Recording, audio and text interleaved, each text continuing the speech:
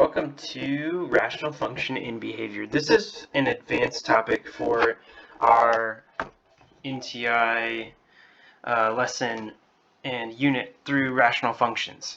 So I've got three graphs here to show what in behavior is going to look like on rational functions. And if we look at the first one, the slant asymptote is going to dictate the in behavior. In behavior meaning what happens to the y values as x goes to negative and positive infinity. So that's why I know we had, when we were dealing with polynomials, we had this nice little chart.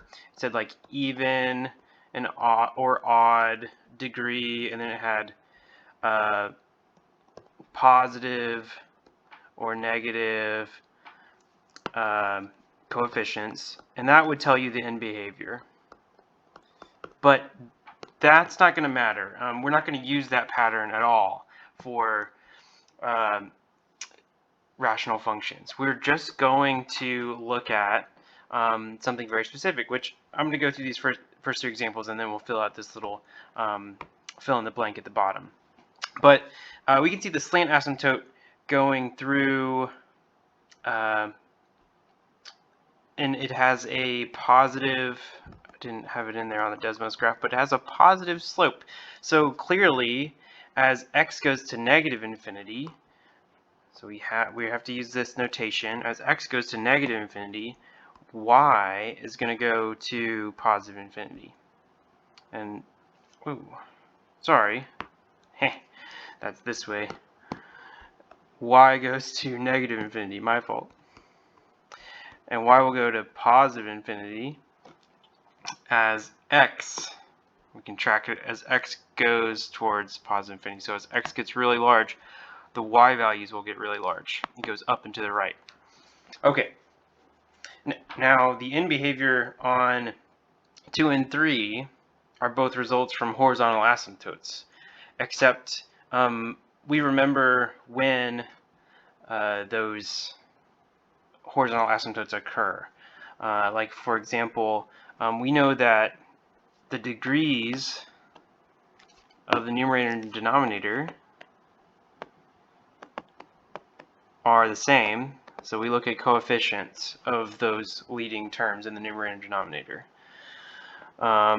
Here, if we're using in example 3, if we're using the terms from the previous video, then we would say the degree in the denominator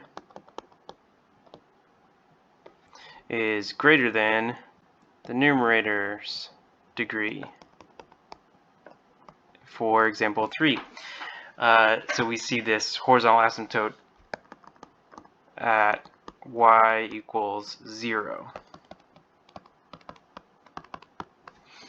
So really, if you can recognize that, then we've got in behavior. So that means as x goes to, and I would ask that you'd write this out so you get used to writing it. I'm sorry, I should put negative infinity first. I like to go left to right when I do these things. Y will go to 3, so it will stay at 3, and y will also go to 3. As x goes to infinity, y will go to 3. As x goes to negative infinity, y stays at 3.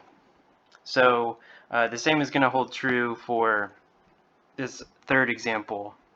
As x goes to negative infinity, y goes to 0, so it stays at 0. But we're drawing that arrow to say the trend it's headed towards, and y will go to 0.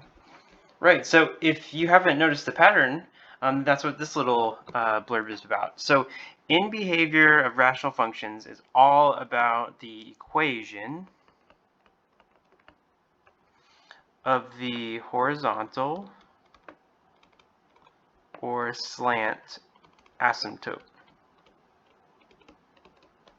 Remember, rational functions don't have one or the other, or they have one or the other. They don't have both. So it all depends on which way the slant asymptote or the horizontal asymptote is going.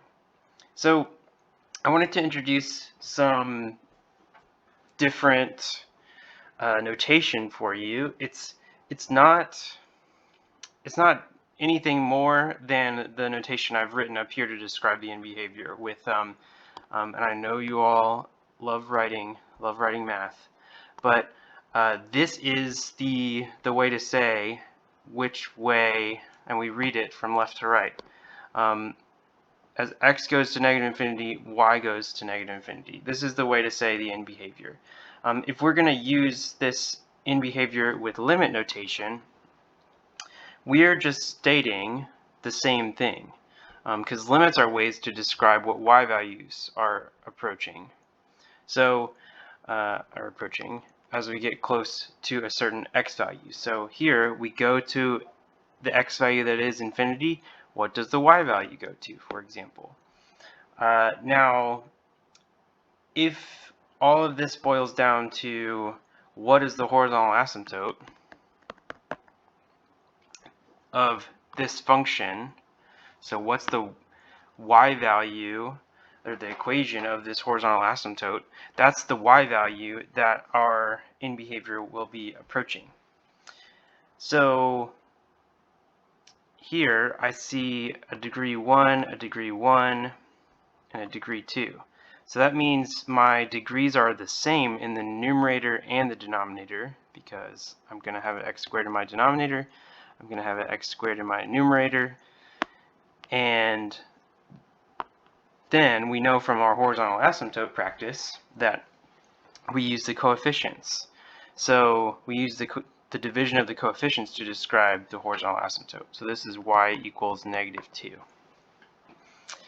And the really quick answer, if we can follow this pattern that we've already seen, is the limit as x goes to infinity is -2, and as it goes to negative infinity, that's -2.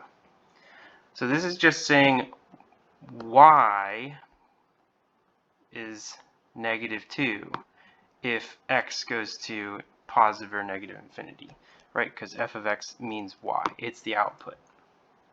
All right, easy enough. This next one is pretty strange because I've got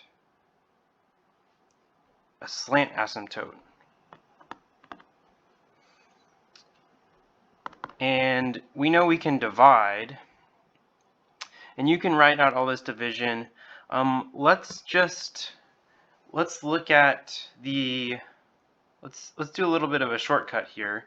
This is a second degree in the numerator divided by a first degree. So if we divide x squared by x, for example, we should get another x. We should get another first degree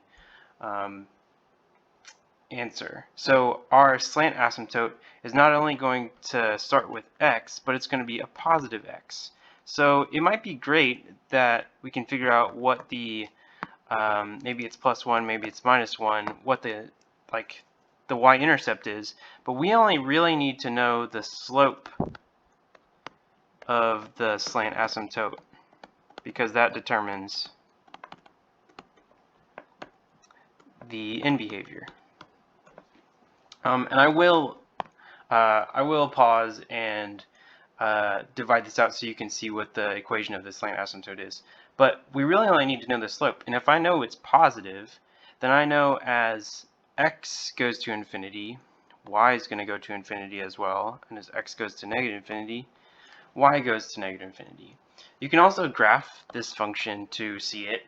But I know that x squared divided by x, that's going to be x, and that's positive. So I can quickly state that answer. Now, same deal for 3. If I have x squared divided by -x, then I'm going to have negative infinity here as x goes to infinity, and as x goes to negative infinity, y is going to go to positive infinity. So I'm going to have a slant asymptote that looks like it's going through the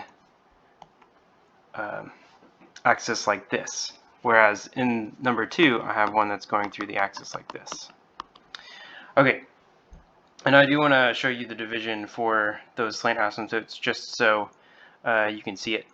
But with number 4, just to wrap this up, the horizontal asymptote is y equals 0. So this is 0 and 0. Clearly, there's a direct correlation to the horizontal asymptote and the limits. It's pretty easy to see. Slant asymptote takes a little bit more work, but again, if you're doing like a whole problem like this, then you're going to be, you'll already know the slant asymptote if you have to figure it out. And so it would be pretty easy to just to say what the end behavior is doing. So that's why I was kind of added on as an extra lesson for you. Hopefully you all are having a good break, have had a good break, and I'll see you all in the next video. Thanks.